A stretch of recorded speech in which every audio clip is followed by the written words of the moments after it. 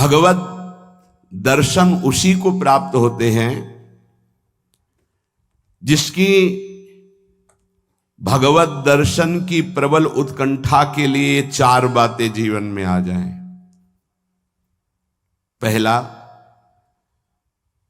नित्य निरंतर नाम जप रसिकों के संग से। शर्त है रसिकों के संग, भजन न होई संग बिन। हे मनमानी नहीं होता, रसिकों के संग से भजन की वृत्ति। प्रमाणित भजन होना चाहिए, आचार्य परंपरा, गुरु परंपरा से। दूसरा, भगवद विग्रह को साक्षात भगवान का स्वरूप मानना। जैसे कुछ ऐसे भाव वाले लोग हैं कि अरे पत्थर पूजने से, धातु पूजने से क्या प्राप्त, क्या वहां भगवान है? कौन सा तुम्हें ज्ञान है भाई? कौन सा ज्ञान है? जब सर्वम खलमिदम ब्रह्म, तो ये तो अवतार है भगवान का, अर्चा अवतार। भगवान अवतरित होते हैं। जैसे हम छवि विराजमान किए, जब हम भाव सेवा करते तो भगवान छवि में आके विराजमान होते हैं, भगवान विग्रह में विराजमान होते हैं। ये श्रद्धा और विश्वास का विषय है, ये नास्तिक लोगों को समझ में नहीं आएगा। जिस मूर्ति को आप, जहां मूर्तिकार निर्माण कर रहा हो, वहां देखो, उसी मूर्ति को पूज करके ब्रह्म प्राप्त, भगवत प्राप्त महापुरुष हो गए। प्रेमाश्रुओं से अभिषिक्त किया है। ये बाहर वालों की ऐसों की बातें न सुने, नहीं तो जो छोटी श्रद्धा वाले लोग होते हैं उनकी श्रद्धा नष्ट हो जाती है। अरे क्या है, ऐसे से ऐसा न वो बोलते हैं, न वो खाते हैं, न देखते हैं, और ऐसे विराजमान। आपको क्या पता है? आपका भाव है क्या? आप जानते नहीं हो।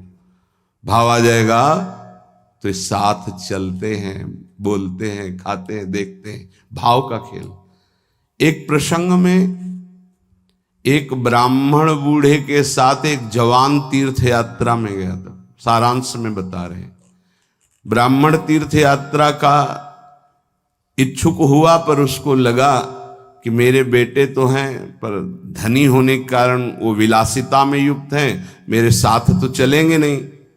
अगर कोई जवान आदमी मिल जाए, मुझे तीर्थ यात्रा करवाए, उसे कुछ भेंट पूजा दे देंगे। तो एक गरीब ब्राह्मण का जवान लड़का था, बात की तो उसने कहा हमारा भी सौभाग्य होगा कि तीर्थ यात्रा होगी और आप हमारे पिता तुल्य, आपकी सेवा होगी। समस्त तीर्थों में भ्रमण कराया।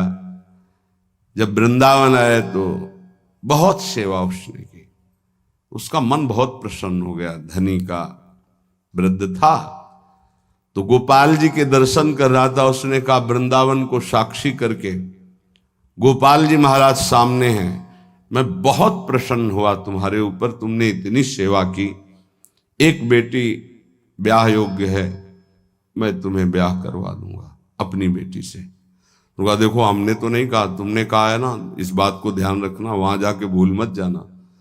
ऐसा ही हुआ। सारांश में बताया। वो जब गांव पहुंचा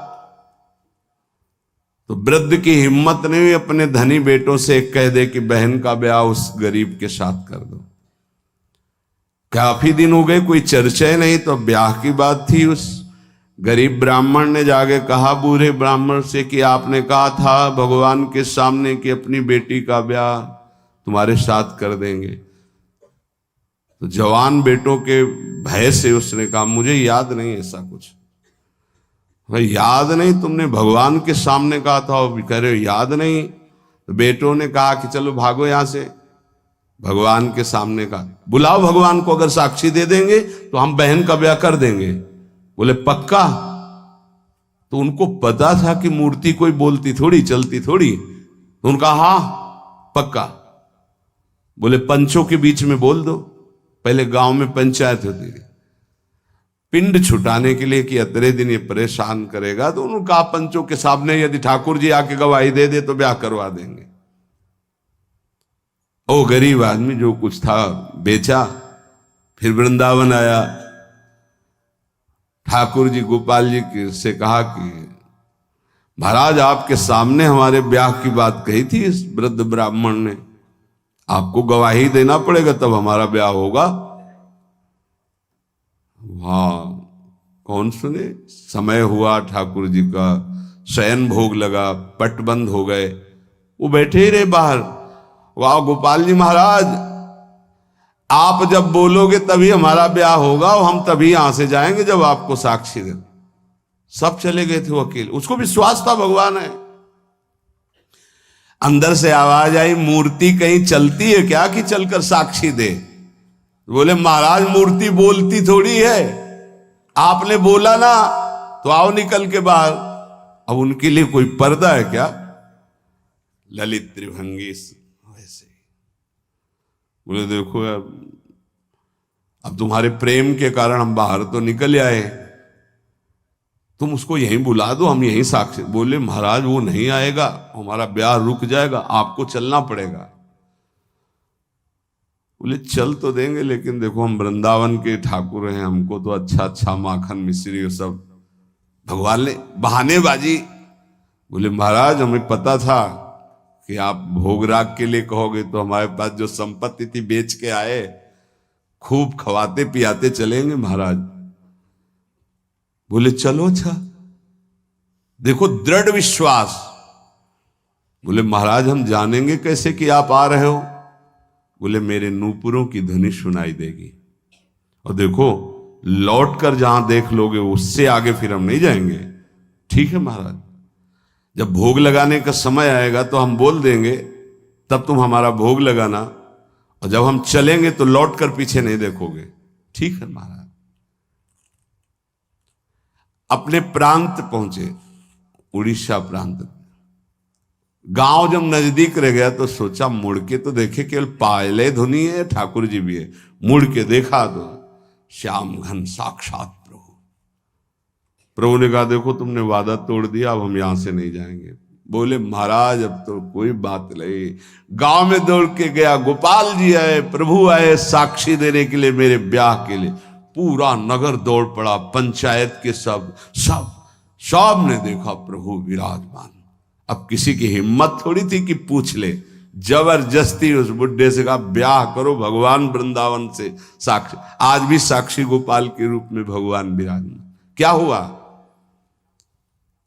जिसे तुम मूर्ति समझते वो चल के उड़ीसा तक गए और गवाही दी। विट्ठल भगवान बातचीत करते थे तुकाराम जी से, नामदेव जी से, इन बड़े बड़े संतों से। हरिवंश महाप्रभु, सेवक जी महाराज, बंचंद महाप्रभु तक बातचीत करते थे राधा वल्लभ लाल जी। प्रगट में एक बार मोहन चंद जो महाराज महाप्रभु के सबसे छोटे लाडले पुत्र थे, महाप्रभु राधा वल्लभ जी की सेवा परिचर्या में थे, तो एक पात्र कटोरा था राधा वल्लभ जी की सेवा का, उसमें चरण छू गया श्री मोहन चंद जी का।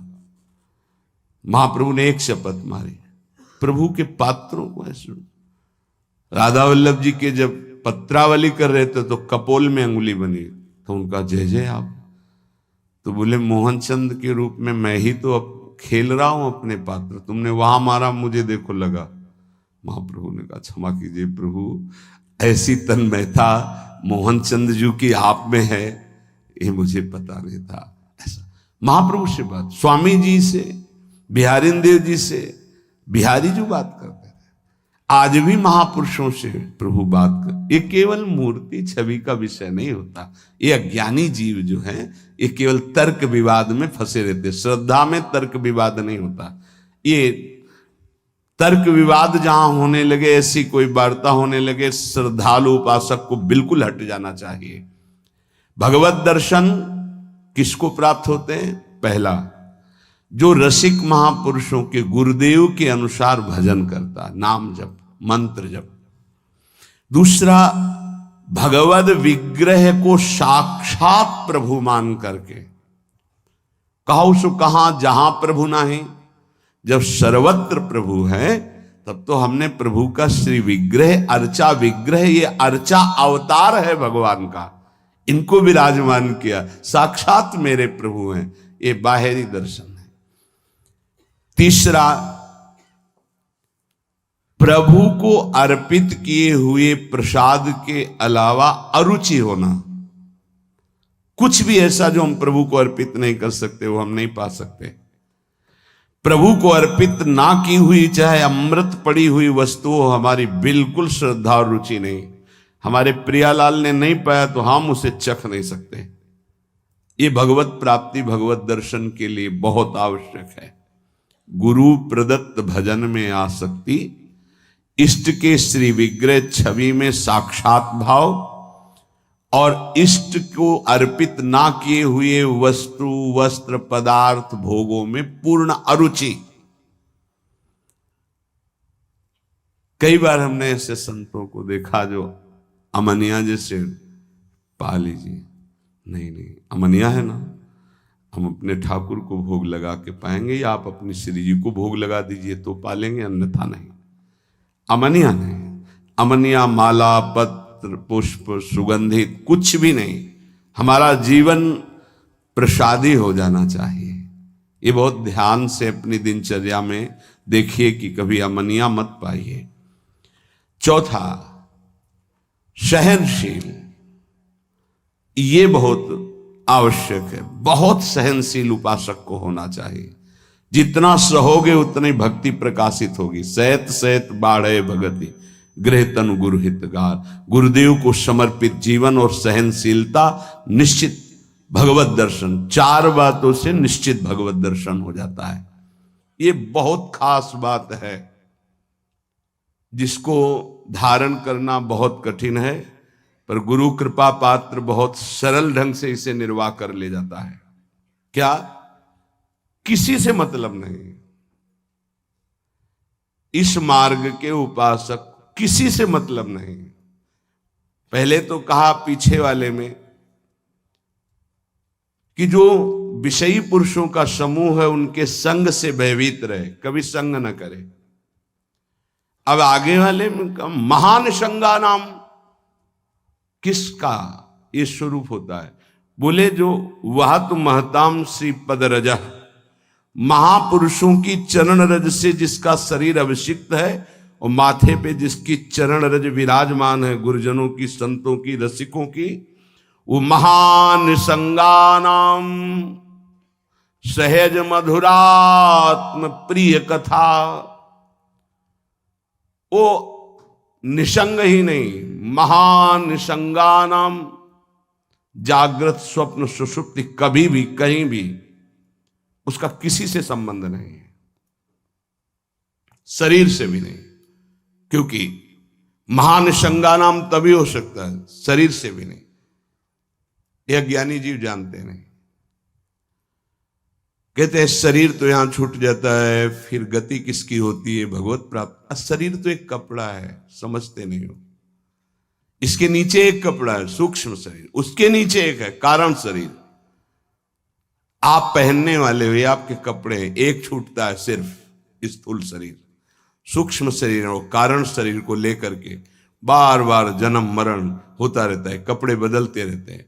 और जो जीवन मुक्त हो गया तो तीनों शरीरों का संबंध खत्म, और दिव्य चिन्मय चिदानंदमय शरीर को, भाव देह को प्राप्त करके चिन्मय धाम में, चिन्मय लीला में, चिन्मय प्रिया प्रीतम के समीप हो जाता है। वो महान संगानाम।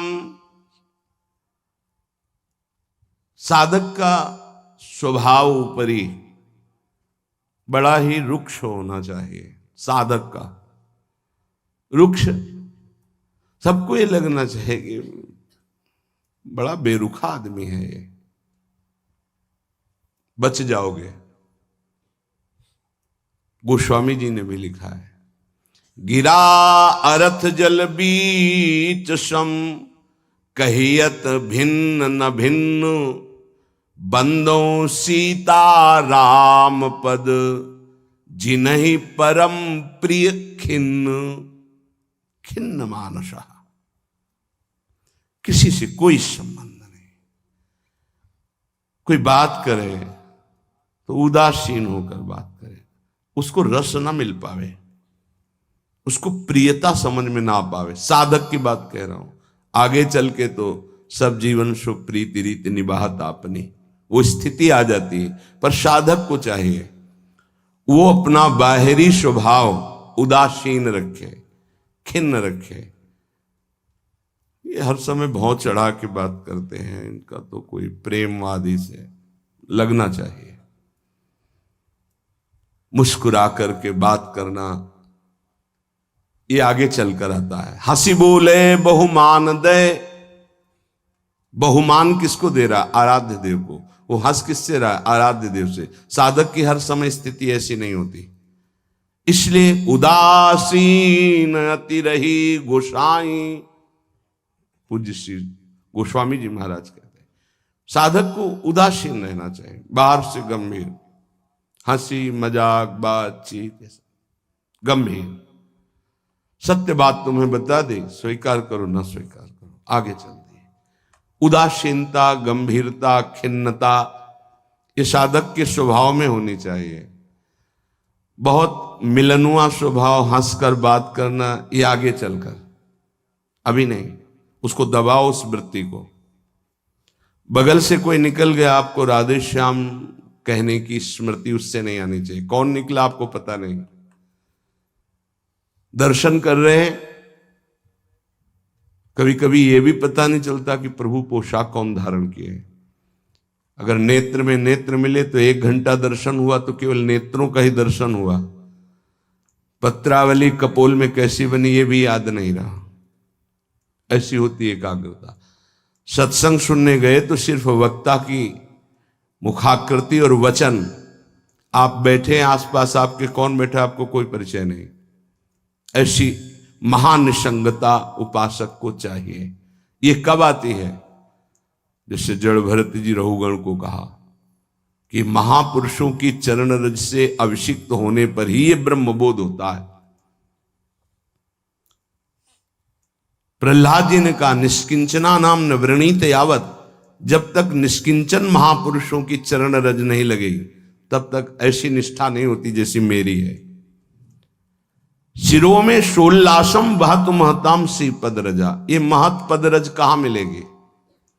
हर कण वृंदावन का ये महापुरुषों की चरण रज, प्रियाजू की चरण रज महापुरुषों के आंसुओं से भींगा हुआ है। जहां की भी रज मिले उसे अपने धरोहर के रूप में, संपत्ति के रूप में, जैसे बहुत बड़ी क्या धरोहर, ये प्रिया प्रीतम की संपत्ति, प्रेम संपत्ति प्रदान करने वाली, इसे आप लगाओगे तो आप सुरक्षित हो जाओगे। ये कवच है। कई बार शास्त्रों बारे चर्चा हुई है, पर बड़े भाग्यशाली साधक उपासक उपासिका होंगी जो इस बात को स्वीकार किए हैं कि रोज स्नान के बाद शरीर में रज लगाते हैं। ना करते हो तो फिर सुन लो, तुम्हारे हृदय को ये विकार तब तक जलाएंगे जब तक प्रेम रस के योग्य नहीं हो जाएगा। उस जलन को सहने के लिए ये सद्यो वशीकरण चूर्ण मनंत शक्तिम तम राधिका चरण रेणु मनुष्मरामी। ये श्री जी की चरण रज है जो आपको संभालेगी, कवच का काम करेगी। आपके शरीर में चरण रज लगी रहनी चाहिए। बिल्कुल मान लीजिए, अगर ये मान लोगे तो बहुत बड़ी वस्तु आपको प्राप्त होगी। शरीर में वृंदावन की रज लगी है, शरीर छूट जाए तो भगवत प्राप्ति हो जाएगी। मान लीजिए, बहुत बड़ी बात है। धन्य है वो उपासक जो रजोपसेवी है, रज लगाते हैं। एक ब्रजवासी आए, उन्होंने प्रश्न किया कि आपके जुगल उपासना में तो काली बिंदी लगती है, आप क्यों नहीं लगाते हैं? श्री कहते हैं उसे, काली बिंदी और सिंदूर की बिंदी। पूज्य श्री सदगुरुदेव भगवान ने आदेश किया, त्रिपुंड लगाते थे जब शरणागति का, कि हम आचार्य आज्ञा से चलते हैं। आचार्य ने पत्र में लिखा था,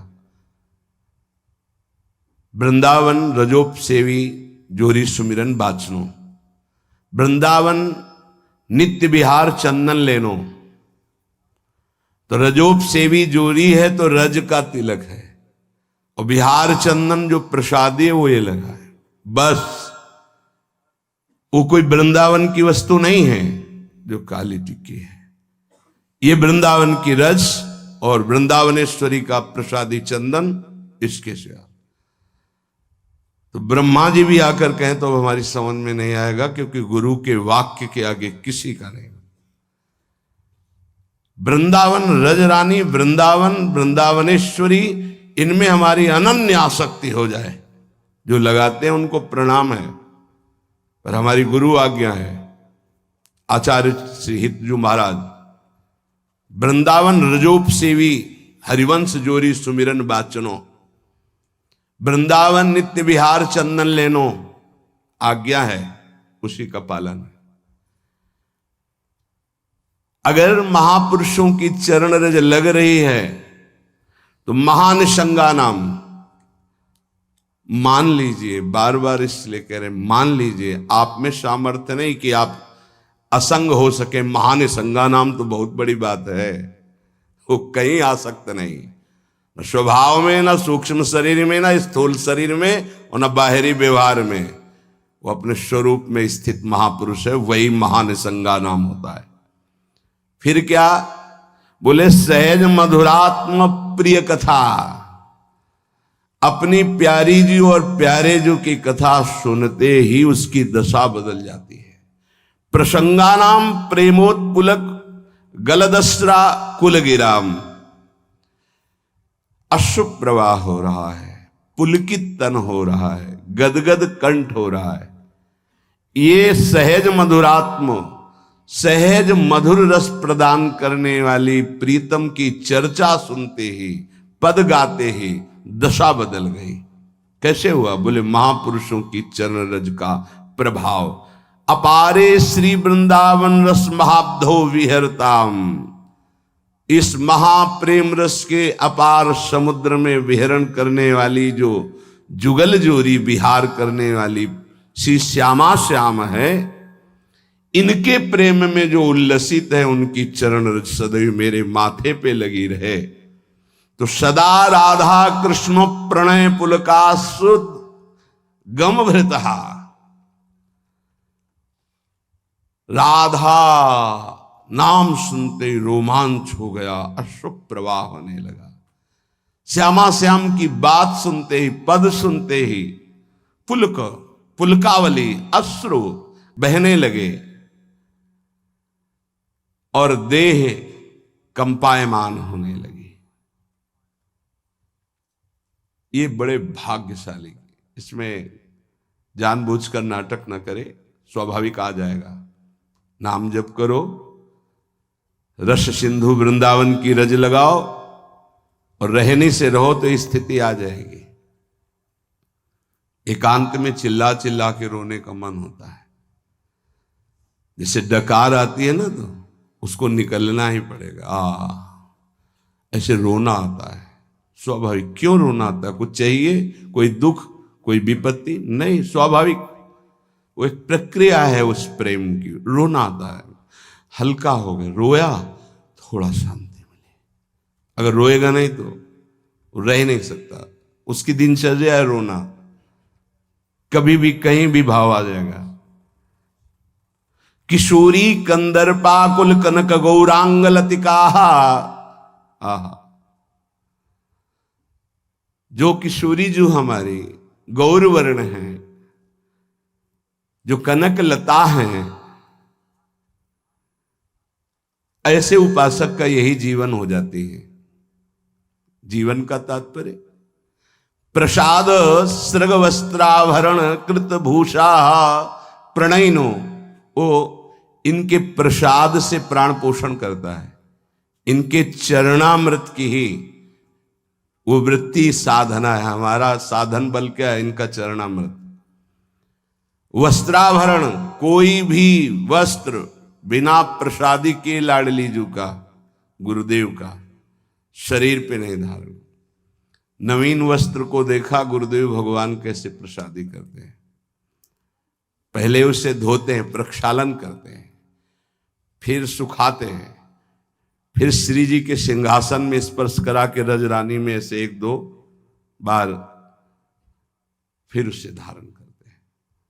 श्री जी का पहले धोते हैं नया वस्त्र, श्री जी के सिंहासन को अर्पित करके फिर रज रानी में एक दो बार लोट लगा के उस वस्त्र को फिर धारण करते हैं। वस्त्रा आभरण प्रसाद, प्रसाद स्वरूप ही हमारा भोजन है। प्रसाद चरणामृत, प्रसाद वस्त्र आभरण, प्रसादी माला, प्रसादी पुष्प, प्रसादी इत्र, इनका बड़ा आदर करें। श्री जी का प्रसाद यही हमारा जीवन है। अगर अमनिया आप पाते हैं तो आपके हृदय में भाव सूखने लगेगा। अगर जग भी गया है, अमनिया जल भी नहीं, अमनिया भोजन भी नहीं, प्रसाद। प्रपद्ये श्री वृंदावन भुवि विचित्राखिल कलाहा, समस्त कलाओं में जानने वाली शिरोमणि श्री लाडली जो ऐसे उपासक के हृदय में अपनी समस्त कलाएं प्रकाशित कर देती, अर्थात वो सहचरी भाव को प्राप्त हो जाता है। विचित्र अखिल संगीत गायन कलाओं का, चतुरता का वो मूर्तिमान स्वरूप हो जाता है।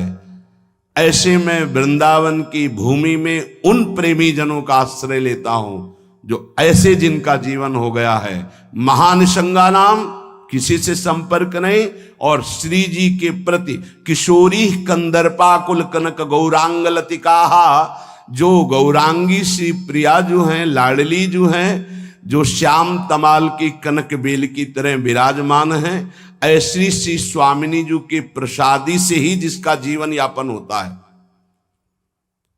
ऐसे में रसिकों को इस वृंदावन भूमि में माथा रखकर प्रणाम करके उनकी चरण धूलि माथे पे धारण करता और उनका संग करने की अभिलाषा करता हूं।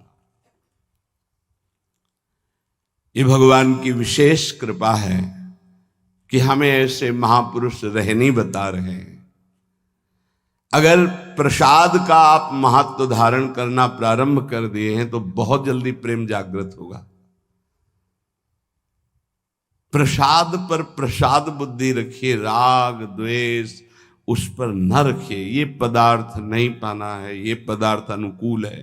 प्रसाद में प्रसाद बुद्धि रखिए, न फल बुद्धि, न अन्न बुद्धि, न भोजन बुद्धि, न स्वाद बुद्धि, प्रसाद बुद्धि रखिए। प्रसादी वस्त्र को प्राणों से भी अधिक प्रिय मानिए। प्रसादी माला पुष्प मिले तो हृदय में आह्लाद होना चाहिए, सीधे मेरे प्रभु ने प्रसन्न होकर मुझे प्रदान किया है। दे कोई भी, लेकिन मेरी प्रियाजू ने मुझे प्रदान किया, एकदम आह्लाद, वही आपको प्रेम भाव में ले जाएगा। प्रसाद में भगवत बुद्धि बहुत ही पवित्र हृदय में होती, नहीं तो प्राय नहीं होती। प्रसाद देखते ही अच्छा श्री जी का प्रसाद, ओह वाह, पुलकावली हो जाना। महाप्रभु चैतन्य देव को जब वृंदावन से कोई भी प्रेमी जन जाते, गुंजा की माला, टेटी का अचार, ऐसी वस्तुएं बार बार उनको हृदय से लगाकर अश्रु प्रवाह करते। श्री कृष्ण ने कितना प्यार किया, मुझे प्रसादी भेजी। वृंदावन की रज, वृंदावन का कुछ भी, महाप्रभु पुलकित हो जाते।